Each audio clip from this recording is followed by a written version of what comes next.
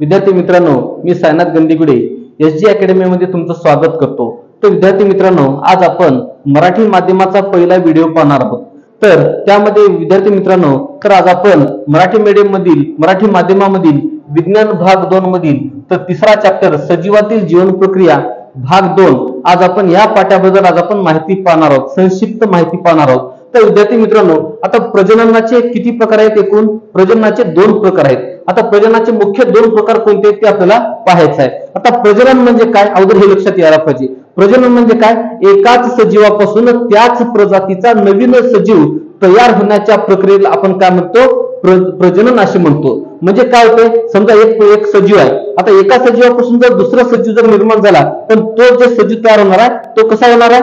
त्याच प्रकारचा तयार होणार आहे, म्हणून त्याला आपण काय म्हणतो? प्रजनन असे म्हणतो। विद्यार्थी मित्रांनो, तर आज आपण आता प्रजननामध्ये आता विद्यार्थी सजीवामध्ये काय अनेक प्रकार, सजीवामध्ये एक वैशिष्ट्यपूर्ण सर्वात महत्वाचं जर लक्षण असेल तर ते कोणतं आहे? म्हणजे प्रजनन आहे। तर आज आपण प्रजननाबद्दल आज आपण माहिती पाहणार आहोत। आता प्रजननाबद्दल माहिती का पाहणार आहोत आपण? विद्यार्थी मित्रांनो, प्रजनन, आता प्रजननाचे एकूण किती प्रकार आहेत? 2 प्रकार आहेत। कोणते कोणते? एक आहे अलैंगिक प्रजनन, दुसरा आहे लैंगिक प्रजनन। त्याला आपण इंग्रजीमधून असेक्सुअल रिप्रोडक्शन म्हणतो, त्याला आपण सेक्सुअल रिप्रोडक्शन म्हणतो। आता लक्षात घ्या, अलैंगिक प्रजननामध्ये सुद्धा त्याचे सुद्धा 2 प्रकार आहेत। आता अलैंगिक प्रजननामध्ये 2 प्रकार कोणते आहेत? एकपेशीय सजीवामधील आणि बहुपेशीय सजीवामधील। आता एकपेशीय म्हणजे काय, अगोदर हे लक्षात घ्या। एकपेशीय म्हणजे काय? ज्या सजीव किंवा जो सजीव फक्त एकाच पेशीपासून बनलेला असतो त्याला आपण काय म्हणतो? एकपेशीय सजीव म्हणतो। आणि ज्या प्राण्यांचं शरीर हे अनेक पेशीने बनलेलं आहे त्याला आपण काय म्हणतो? बहुपेशीय असे म्हणतो। तर विद्यार्थी मित्रांनो, आता एकपेशीयामध्ये सुद्धा आपण 3 प्रकार पाहणार आहोत। आता कोणते कोणते 3 प्रकार आहेत? एक आहे द्विविभाजन। आता द्विविभाजन म्हणजे विद्यार्थी मित्रांनो लक्षात घ्या, द्वि म्हणजे 2, लक्षात घ्या। ज्या प्राण्यांचं 2 भागामध्ये विभाजन होते त्याला आपण काय म्हणतो? द्विविभाजन म्हणतो। आता बहुविभाजन म्हणजे काय? बहु म्हणजे अनेक प्रकारचे विभाजन, त्याला आपण काय म्हणतो? बहुविभाजन म्हणतो। आणि तिसरं काय? कणिकायन। असे आपण 3 प्रकार एकपेशीय सजीवामधील पाहिलो आहोत। तर आता नंबर 1 आता आपल्याला पहिल्यांदा बघायचा द्विविभाजन। आता द्विविभाजन म्हणजे काय? आता द्विविभाजनाचे सुद्धा 3 प्रकार आहेत। आता कोणते कोणते 3 प्रकार आहेत? एक आहे साधे विभाजन। साधे विभाजनामध्ये कोण आहे? उदाहरणार्थ अमिबा।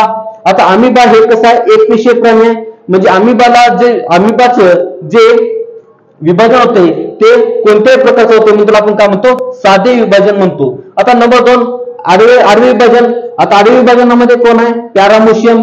आता पॅरामोशियम सुद्धा कसं आहे? एकपेशीय प्राणी आहे। उदाहरण नंबर 3 उभे द्विविभाजन। उभे द्विविभाजनामध्ये कोण आहे? युग्लिन आहे। असे एकूण 3 प्रकारचे जे विभाजन आहेत ते कशामध्ये मोडतात? द्विविभाजनामध्ये मोडतात।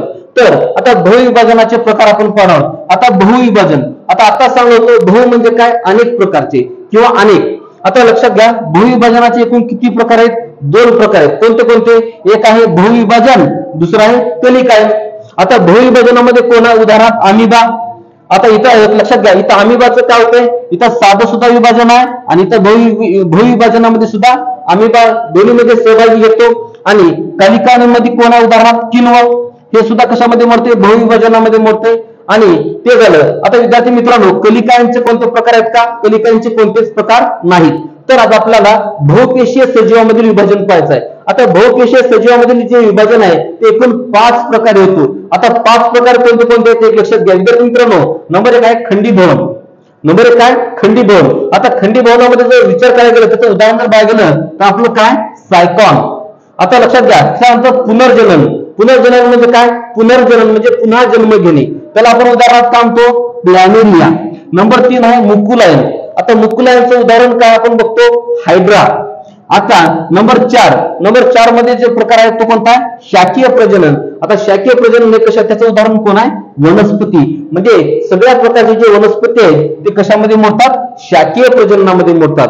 तर विद्यार्थी मित्रांनो, आणि 5वा जो प्रकार आहे तो म्हणतो आपण बीजाणू निर्मिती। आणि बीजाणू निर्मितीमध्ये उदाहरणार्थ कोण आहे? न्यूकर। हे झाले असे एकूण बहुपेशीय सजीवामधील विभाजनाचे एकूण 5 प्रकार। आता त्याच्यानंतर आपल्याला लैंगिक प्रजनन। आता लैंगिक प्रजनन सुद्धा 2 प्रकारे होते। आता लैंगिक प्रजननाचे 2 प्रकार आहेत। कोणते कोणते प्रकार आहेत? एक आहे युग्मक निर्मिती, दुसरा आहे फलन। आता हे झाले विद्यार्थी मित्रांनो, असे झाले प्रजननाचे प्रकार।